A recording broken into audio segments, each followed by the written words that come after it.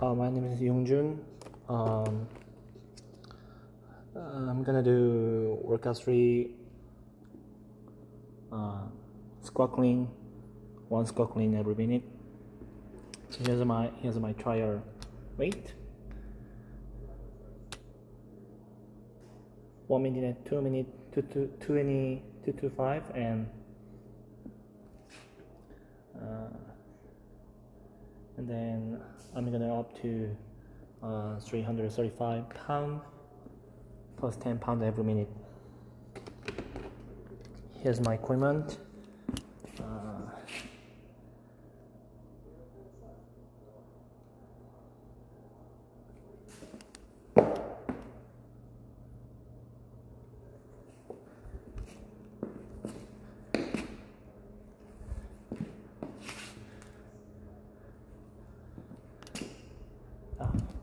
Sorry.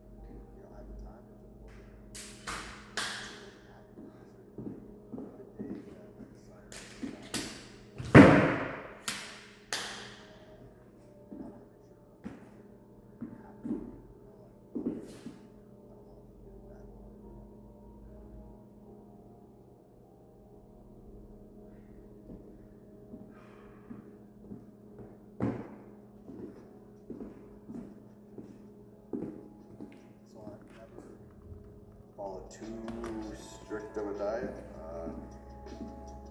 In 2014, I was a full-time college student, so it was eating Chinese food off a food truck that was parked behind the library, literally 5 days a week. And then if I was there late, I'd grab pizza off a pizza truck by the library. I remember in 2014, in a 3-month span, I did one competition and I weighed 169 pounds, and then 3 months later I did another competition that I weighed 203. So my weight was just like the 2015 season.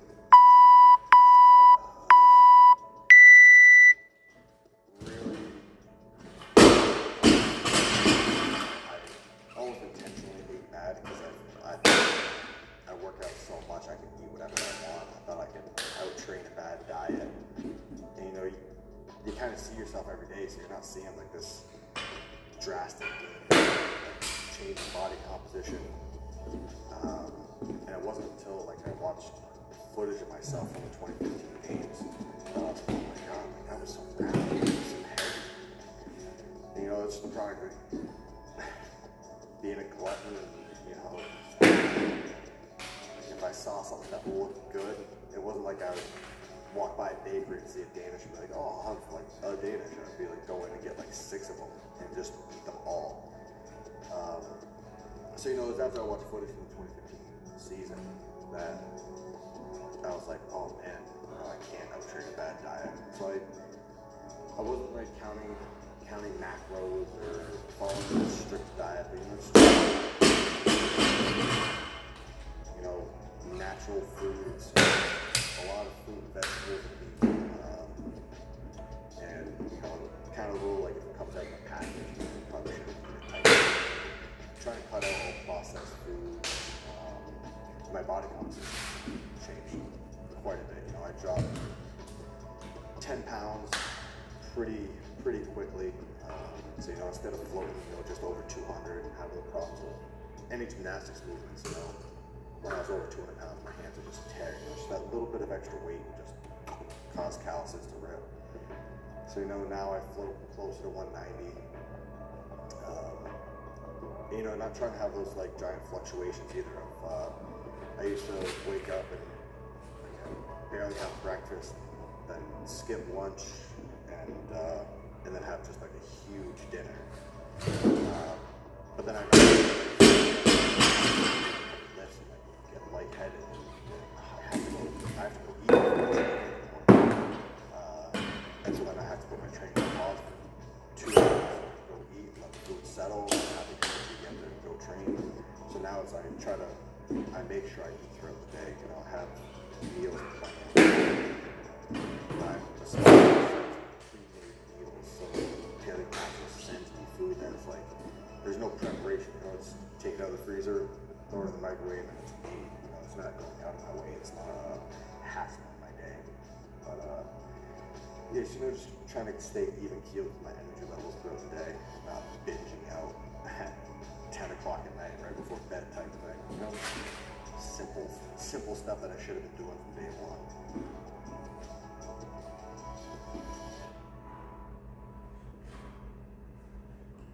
Leftover chicken from the other night. Which is also same weight. White rice. It's delicious. It's just a time meal.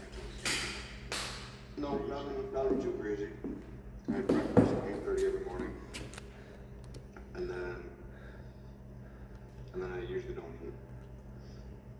I think I might have a meal mid-afternoon if I'm training at home.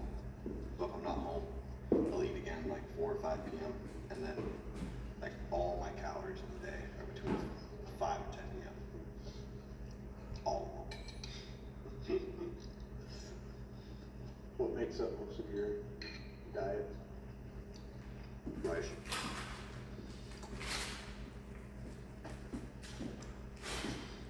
Yeah, between paleo natural meals and mini meals.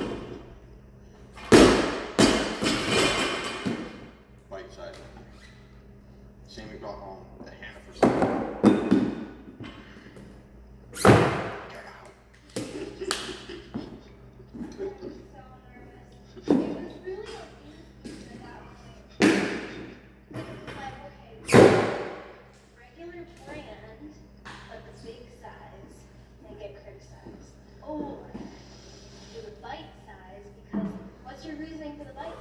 They fit more than enough. Yes, in the proportion, And the frosting ratio is all jacked up. yeah, frosting ratio. So it's like, okay, I'll get the Hannaford brand with the bite size because then the frosting ratio should still be up to par. Yeah, they seriously taste like cardboard. You know, every morning it's roughly the same breakfast, you know, bacon, eggs, you know, that kind of. As soon as I get up, you know, like awake, pour coffee, skip. And I try to let food settle. I don't like to train on empty stomach, so like, the gym. On the way to the gym, I always have the same shake, you know, creatine, glutamine, beta-alanine, and aminos, kind of just all thrown in one. That's my pre-workout shake. Usually when I get home after training, it's like a blender bottle of just milk, spinach, and whey protein. You know, very, very simple. And then I usually won't take another pre-workout shake before my second day training, or my second training in the day, just because I'm fairly sensitive to like stimulants. So I cut out all stimulants out. And then right before I brush my teeth, and I take a Watt pack of, you know, the fish oil, vitamin E, all that stuff in a pack, just have them right near my toothbrush, so I remember to take them every night. But yeah, same thing, day in, day out, nothing sexy. It's just the stuff that I find has the most bang for the buck.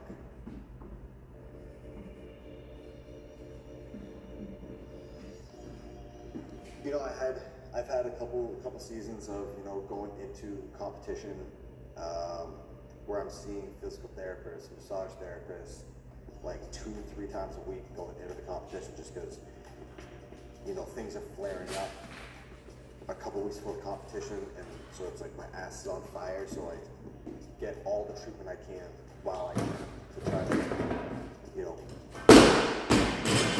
together for the competition.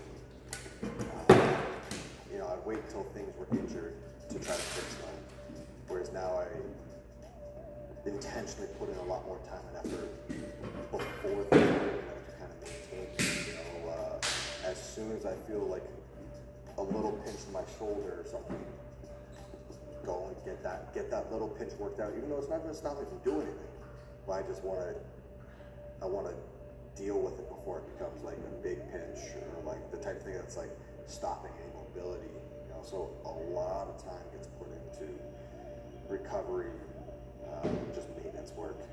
I try to do as much body work myself as I can. So like just days off is stretching, stretching, rolling out at night, and then it's a little bit worse than like I have a scraping tool that my girlfriend. I get into a tough area like on my legs and my back. She's digging in there. She's putting in work, And then if it's any worse than that, and I think about it ahead of time, so I'm booking PT appointments. Girl in my gym does dry needling, and it's like, oh, dry needling so good. It's the creepiest thing. I've had hundreds of needles from her. Never once have I watched the needle. I've never seen the needle. I've never seen it go in. Nothing. I can't watch it. I'm in a full sweat the entire time I'm doing it. But is like bang for the buck results. That is where it's at.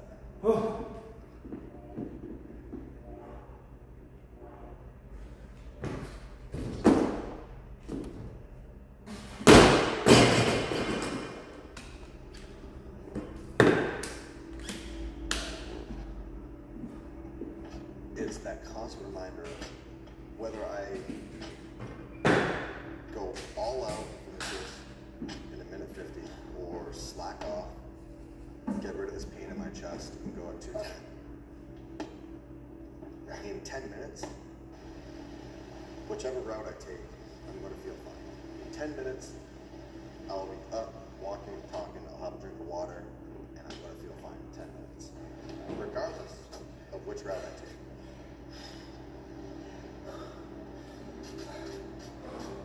But which one is going to make me feel better about the effort that I put forth that day?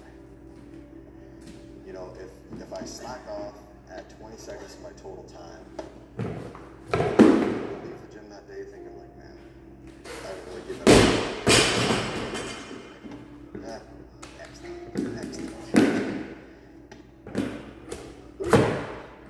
I can force myself to a little bit like as soon as I see that finish on the screen, and just by 10 minutes later when I'm not drinking water, I'm going to think, man, I'm proud of myself. I'm proud of that effort I put in today. I did everything I could today to push myself to that final goal.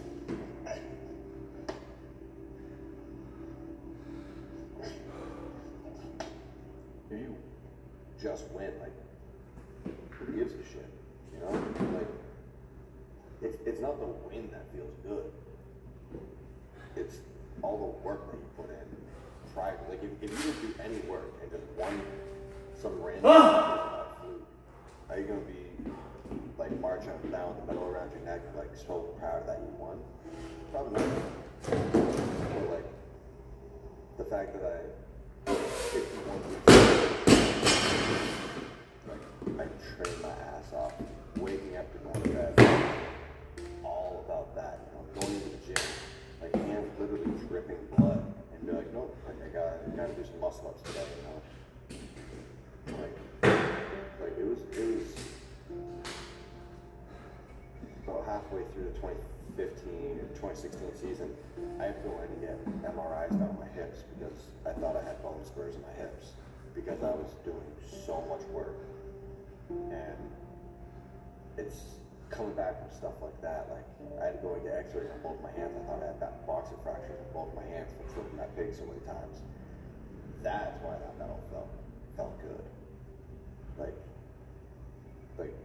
if I had won in 2014, I probably wouldn't give a shit about this. Because I wouldn't have had to work for it. So I was really still winning, I feel good. It's the hard work paying off that feels better. Do you think you're still working as hard now as you did last year?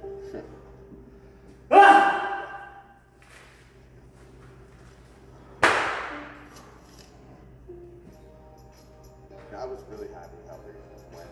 You know, it's kind of hard to gauge, you know. It was competition any of us had gone into before. You know, they completely eliminated barbell. There was 2 workouts, 21-15-9 domain. So it was a but then taking away that max load, you know, there's still some weight. So there's still